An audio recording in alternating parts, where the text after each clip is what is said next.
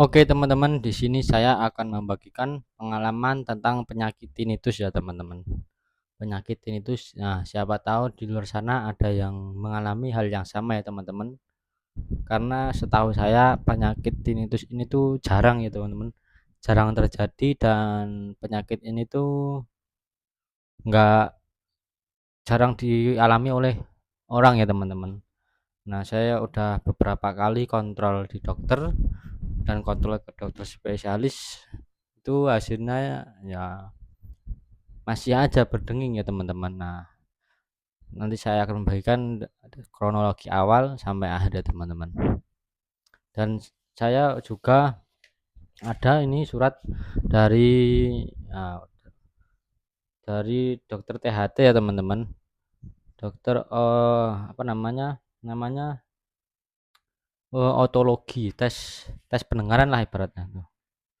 Tes pendengaran ada hasilnya udah 3 kali ya teman, ini satu, dua, tiga, ini sampai 3 kali tes pendengaran pakai alat. Itu ada alat seperti ini, alat itu kayak handset tapi dua macam ya teman-teman. Terus nanti ada juga yang dari apa itu namanya, alat pendengaran Kausem ya teman-teman. Kausem itu juga dites lagi di sana ya teman-teman. Nanti akan saya membagikan sebisa saya ya teman-teman, sebisa saya, semampu saya teman-teman. Siapa tahu di luar sana ada yang mengalami hal yang sama ya teman-teman. Oke, jadi teman-teman saya akan membagikan kronologi dari awal ya, dari awal kejadian terus sampai periksa sampai akhirnya sudah nggak bisa diatasi ya. Sudah nggak bisa, udah dokternya udah mentok gitu ya, bukan berarti dokternya nggak bisa ya, kan udah dokter juga bisa juga udah berusaha semaksimal mungkin. Nah ini saya cuma membagikan kronologi kejadian dan biar kedepannya nanti apabila ada yang sama bisa sharing-sharing ya, kalau bisa sembuh ya teman-teman. Nah soalnya ini tuh penyakitnya belum pulih ya teman-teman, masih berdenging selama 24 jam ya teman-teman. Coba kalian kuping berdenging selama 24 jam, apa bisa aktivitas itu apa enak ya, setelah kerja mau tidur gitu berdenging terus, itu enggak berhenti ya teman-teman, itu berdenging terus selama 24 jam.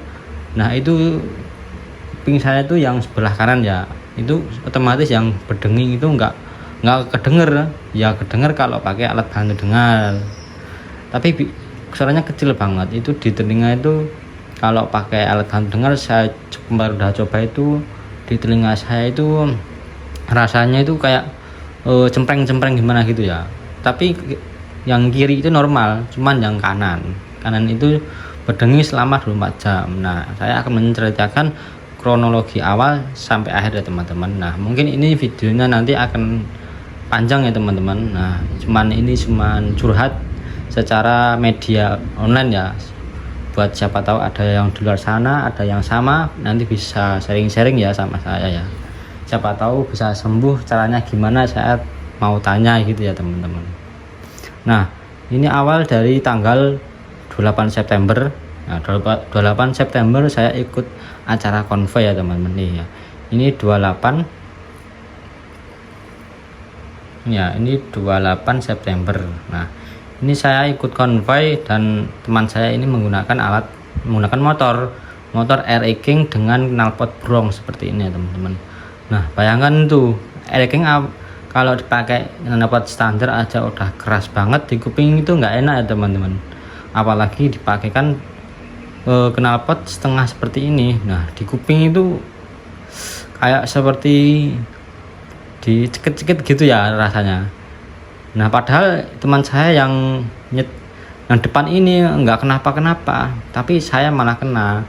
Soalnya saya sering turun terus naik motor, terus turun naik motor, jadi kena efek dari knalpot ini ya teman-teman. Knalpot brong ini ya, ini tuh suaranya keras banget. Soalnya pas konvoy itu ada sampingnya itu nggak, kupingnya sampai sakit ya teman-teman. jadi perjalanan jauh semua. Nah saya kan yang naik sering apa ya namanya, sering naik motor sering turun gitu lah, kan turun kan untuk video orang ini ya teman-teman. Nah jadi kena efek suara knalpot brong King ini, bukan knalpot door yang suara yang ngebas itu, bukan ya teman-teman, tapi knalpot brong yang seperti ini, knalpotnya itu dipotong setengah seperti ini teman-teman ya ini. Nah terus ini kan kejadian di 28 September ya, ini 2025.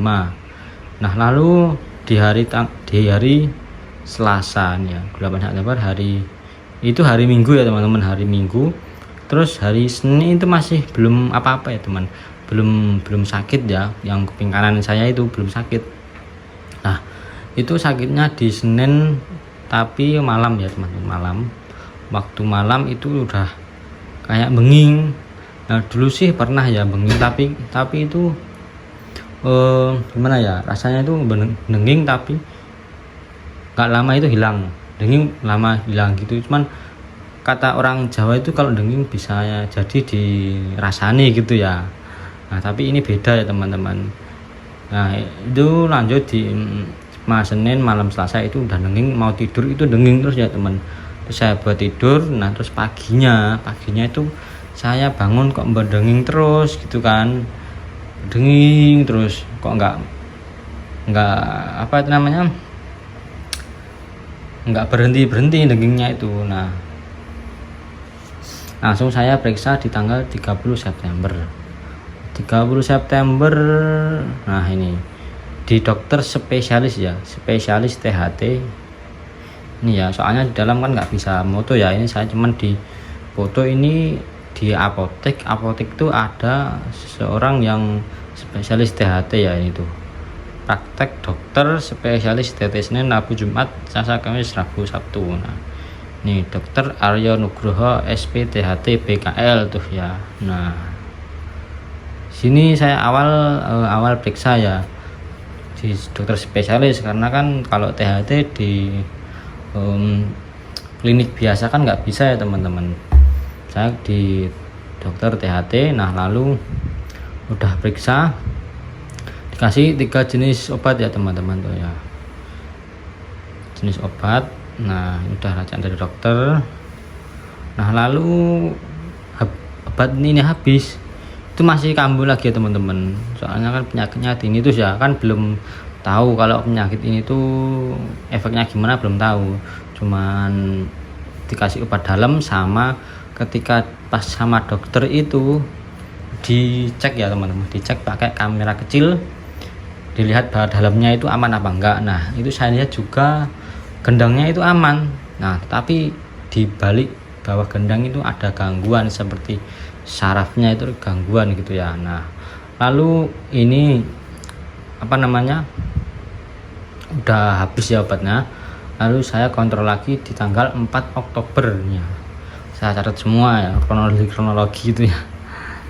Ini 4 Oktober 2025, ini dikasih 3 jenis obat, 2 jenis obat. Nah lalu ini surat, nah bentar, lalu habis obat ini habis, saya itu dikasih surat rujukan ya teman-teman, dikasih surat rujukan. Nah ini surat rujukan teman-teman loh, ini disuruh ke RS ya, RS. Nah itu saya mikir kalau surat rujukan katanya bisa pakai BPJS. Nah sampai situ saya ngurus BPJS dulu, sama ngurus BPJS dulu, aktifkan dulu. Nah lalu pas diaktifkan BPJS pas cari surat rujukan itu, disuruh milih RS ya teman-teman, RS yang mana yang mau dituju. Nah kebetulan pas ini yang dikasih dokter rujukan ini tuh daftarnya nggak ada di kecamatan itu, nggak ada teman-teman, nggak ada. Kalau surat rujukan dokter prakteknya ini kan, dokter prakteknya misal dokter prakteknya ini di RSA ya, RSA. Nah di kelurahan pas ngurus surat rujukan itu dokter di RSA itu nggak ada teman-teman, adanya RS B, C, D, E. Nah saya milih ke RS B. Nah yang katanya itu kelasnya udah kelas A ya teman-teman, udah kelas A. Nah lalu saya sampai sana teman-teman, udah ngurus apa, udah ngurus BPJS dan dapat surat tujuan. Saya langsung datang ke RSB ya, bukannya RSA yang dikasih rujukan. Saya oh iya, pernah pertama itu datang ke sini katanya nggak bisa ya teman-teman kalau pakai BPJS. Nah terus ya udah ambil surat rujukan dulu, cari surat rujukan dulu, lalu ke RSB. Nah lalu ke RSB itu kan dokter kelas ya, cukup RS besar ya teman-teman. Saya nggak bisa menyebutkan lokasi dan tempat ya teman-teman, karena cuman sharing-sharing aja ya teman-teman, cuman sharing-sharing, siapa tahu di luar sana ada yang sama bisa sembuh gitu ya teman-teman. Saya aslinya juga pengen sembuh ya teman-teman, tapi ya nggak tahu ini gimana. Soalnya udah ke dokter tuh 4 kali ya, 4 kali disuntik ya teman-teman.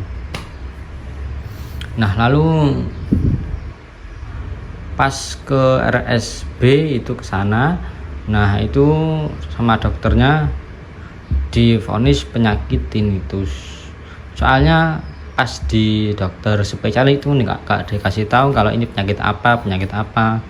Nah pas di RS itu dikasih tahu kalau penyakit ini penyakit tinnitus. Nah sama dokter RS yang kedua itu dilempar ke RS kelas A ya teman-teman, kelas A se-Jawa Tengah, kelas A se-Jawa Tengah. Nah lalu ke situ, kan dokter yang ikut dokter yang RSB itu kan juga praktek di RS itu. Jadi beliau prakteknya di 2 RS ya, RSB sama RSC. Jadi RSB dia tempatnya, RSB itu dia cuman praktek-praktek kayak operasi gitu ya teman-teman. Nah lalu saya awal ke situ daftar dulu ya teman-teman, lalu ada dikasih buku ya teman-teman, buku. Nah seperti ini ya, buku kontrol. Nah tuh ya, tuh ini buku kontrol.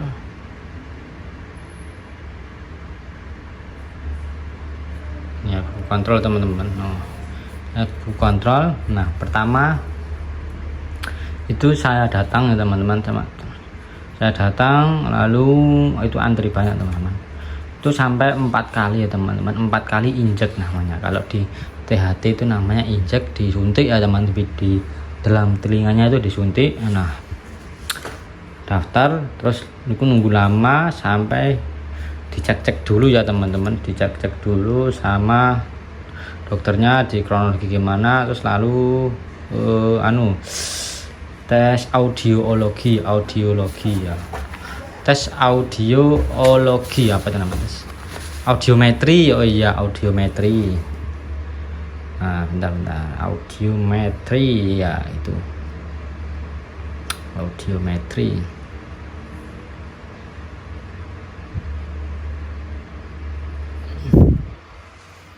Nah bentar teman-teman,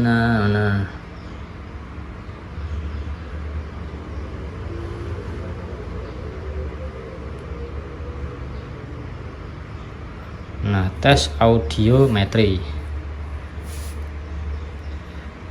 ke 1. Nah ke 1.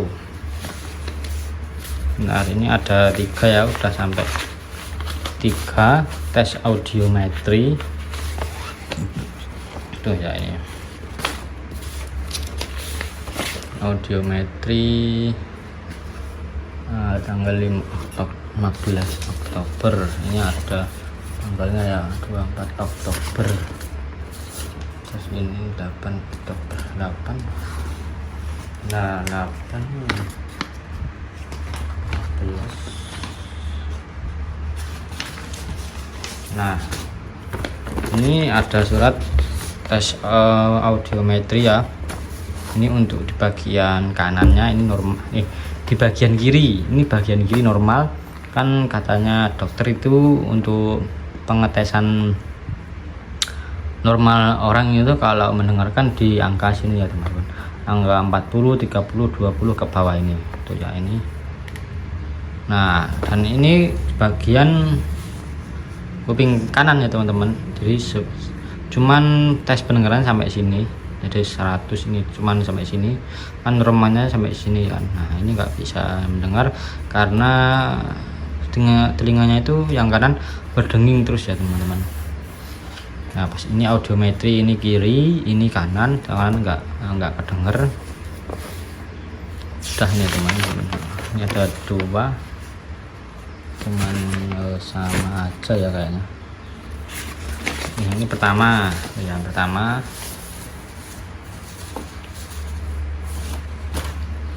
8, 14, 23. Nah terus ini yang kedua untuk yang kanan itu ada perubahan ya, ada perubahan setelah beberapa hari itu selama seminggu ada konsumsi obat ya. Ini juga masih ya teman-teman, ini juga masih dikit ya, ini nggak saya minum ya tuh, ini masih ada sisa-sisa obatnya juga ya teman-teman ya, seperti ini tuh ya tuh, ini ada obatnya dikit, sisa-sisa, dan juga ada vitaminnya, kontrolnya juga ada. Nah ini tes audiometri kedua. Nah audiometri kedua tanggal 15 Oktober. Yang ke satu ini tanggal 8 Oktober.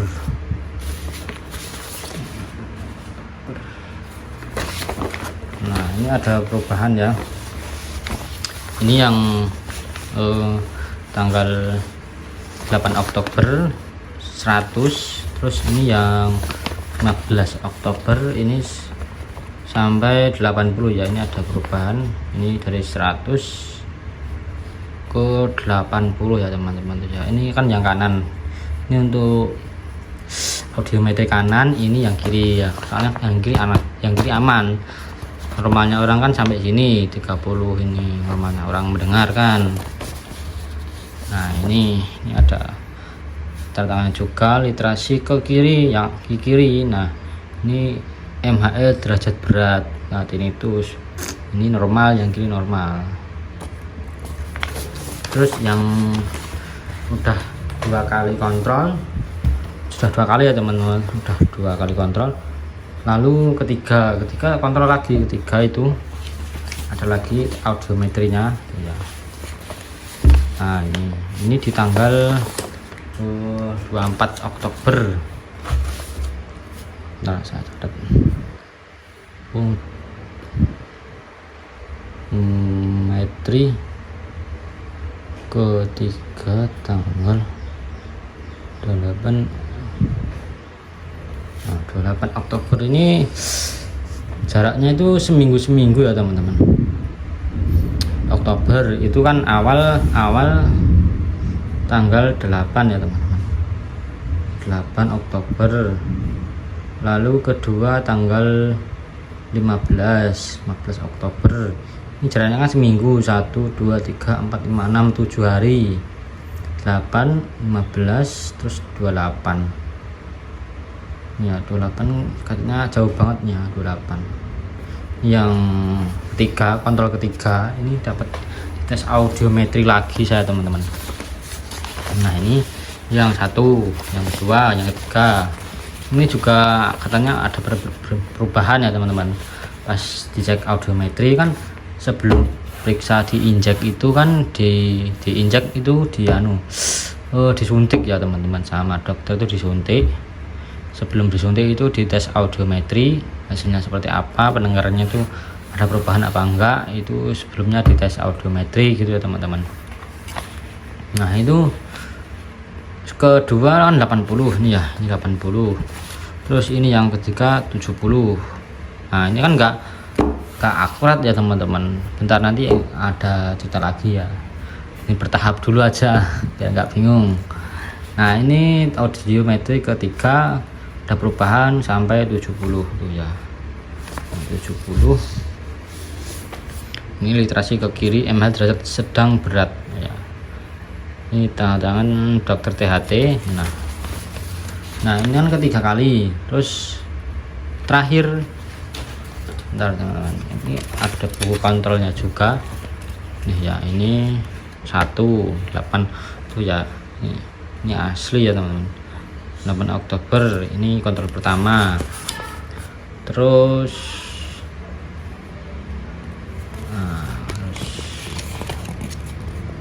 terus kedua nih ya, kedua,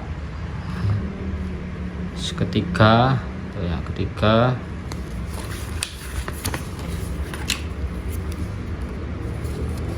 Nah terus ini keempat, itu 4 kali kontrol kan saya pakai BPJS ya teman-teman. Katanya dokter pertama BPJS pertama itu nggak bayar ya teman-teman. Nah kedua itu bisanya bayar katanya dokter. Lah kan sama aja, kalau pakai udah bayar BPJS tapi kok malah suruh bayar gitu loh ya. Nggak apa-apa lah, buat kesehatan sendiri juga ya kan. Nah itu 4 kali, yang pertama BPJS, kedua bayar, pertama BPJS, keempat bayar. Jadi pertama bayar, pertama BPJS, kedua bayar, ketiga BPJS, terus keempat itu bayar ya gitu ya teman-teman. Terakhir itu bayar sampai 2 kali itu 400 kalau nggak salah. Ini terakhir tanggal 24 ya, 24 sampai 24 bulan 10 ya, ini bulan 10 kontrolnya ini ya. Nah sampai keempat kali itu sudah diinjek 4 kali ya teman-teman, 4 kali diinjek itu disuntik di telinga, dan akhirnya itu terakhir mentok di 61 katanya dokter ini ya. Kan ada 3 tes audiometrinya ini loh, ini literasi 81. Ini jarak pendengarannya itu kalau semakin angkanya banyak itu semakin suaranya jauh dan nggak bisa dengar ya teman-teman. Ini pertama 81, ini yang literasi ke yang kuping kanan, yang kiri kan ini normal 81. Terus yang kedua ini 71 ini MHL derajat berat. Nah, terus yang ketiga ini 61 ya, 61 itu ya dokternya kan udah katanya mentok di 4 injeknya. Nah terus kata dokternya itu katanya akhirnya suruh pakai alat bantu dengar karena tulangnya ini masih baik ya kan, masih muda gitu ya teman-teman. Emang saya masih muda ya teman-teman, masih muda, dan akhirnya mentok di dokter itu 61. Nah terus terakhir itu kan disuruh kasih rujukan untuk alat bantu dengar ini teman-teman, alat bantu dengar. Terus saya langsung ke alat bantu dengar itu teman-teman. Pas sampai di alat bantu dengar itu, disitu saya dicek lagi ya, cek audiometri lagi, karena katanya di RS ini nggak apa ya namanya, nggak akurat gitu ya teman-teman, di Kausem ya teman-teman. Ini ada suratnya.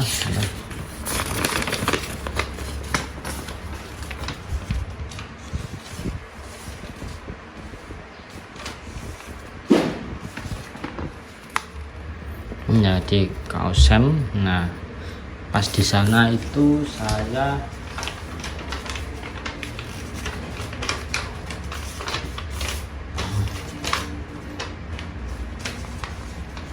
dites audiometri lagi ya. Nah di sana itu kan alatnya itu lebih akurat ya teman-teman, lebih canggih di alat bantu dengar, karena ada ruangan khusus itu kedap suara ya teman-teman. Kalau di RS itu pintunya itu masih dibuka tutup, jadi yang suara di luar itu masih masuk ya teman-teman, jadi nggak akurat.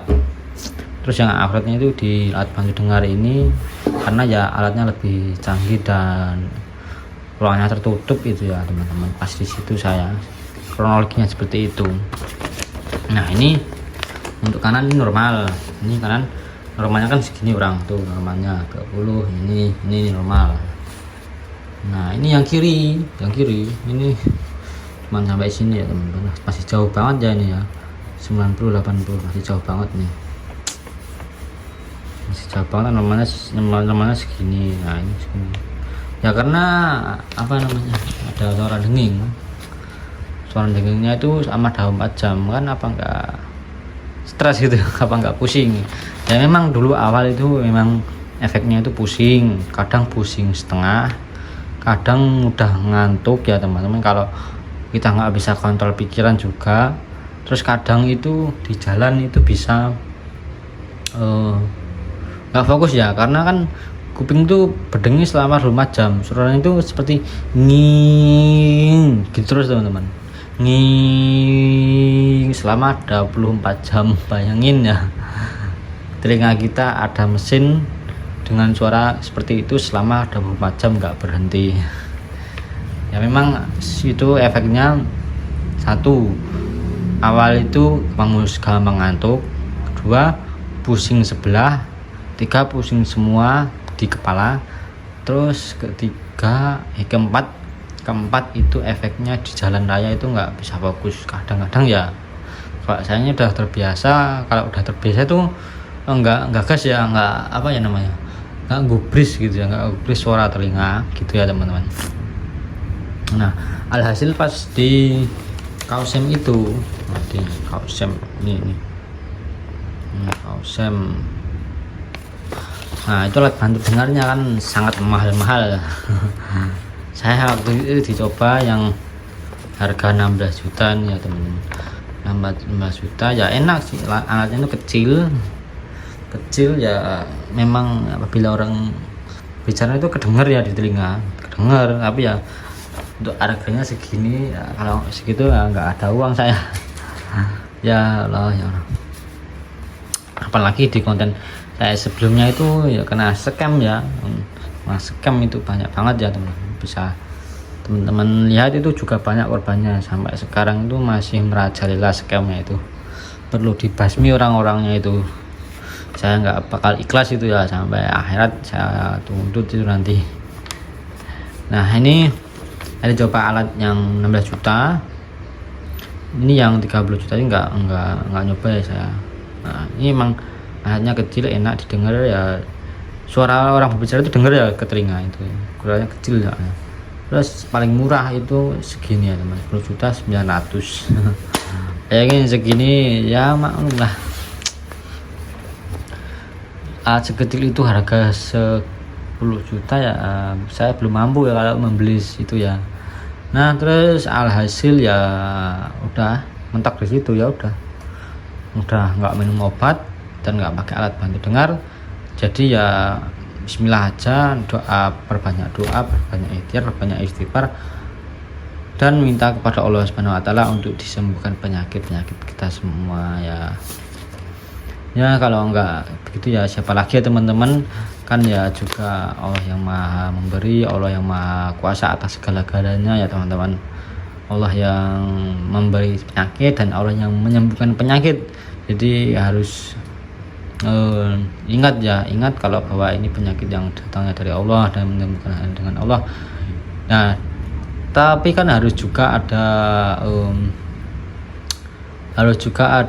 apa ya namanya, harus ada usaha atas ke arah itu untuk menyembuhkan gitu ya teman-teman.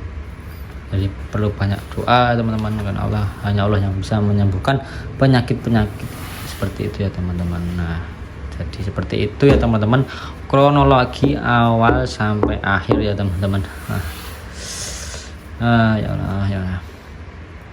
Dan akhirnya saya udah terbiasa ya teman-teman, udah terbiasa kalau penyakit ini ada di kuping kanan berdenging selama 24 jam. Udah terbiasa berhari-hari, jadi udah gak ada yang namanya pusing atau pusing sebelah itu ya teman, tapi udah terbiasa. Jadi otak saya mikirkan gitu gini teman-teman, anggap aja suara berdenging ini nggak ada, jadi fokus apa yang kalian kerjakan. Jadi kuping itu mendengarkan, fokus ke suara, jangan fokus ke suara yang berdenging, karena kalau fokus ke suara berdenging nanti ya efeknya 1 cemas, 2 pusing, 3 mikirin. Bayangin selama 24 jam selama bertahun-tahun kupingnya berdenging seperti itu, apa enggak pusing ya teman-teman, apa enggak frustasi, apa enggak cemas ya. Memang sih dulu ada efeknya cemas, saya ada efek cemas itu ada, tetapi ya masa ya mau gini terus ya teman-teman. Ya udah usahain penyakit ini bisa disembuhkan gitu ya teman-teman. Terus saya cari di Google, di mana-mana itu katanya ya di luar negeri sana